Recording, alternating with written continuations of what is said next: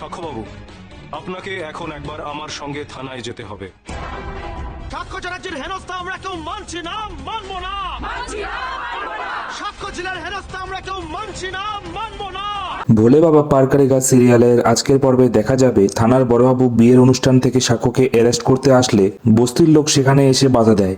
সাক্ষ্য বলে উনি বেআইনিভাবে আমাকে অ্যারেস্ট করার চেষ্টা করছেন। বড়বাবু বলেন সাক্ষ্যবাবু এবং ঝিল আপনাদের দুজনকেই একবার আমার সাথে থানায় যেতে হবে। সাক্ষ্য ঝিলকে বলে আমি একটু আসছি, আমি এমন কোনো কাজ করিনি যে উনি আমাকে লোকাপে ভরতে পারবেন। ঝিল বলে তুমি একা যাবে না, আমি তোমার সঙ্গে থানায় যাব। সাক্ষর কাকু বলে স্যার একটা রিকোয়েস্ট করছি, ব্যাপারটা এখানেই মিটিয়ে নিন। ওরা তো এখন থেকে স্বামী স্ত্রী, ওরা চাইলেই কোর্টে যেতে পারে।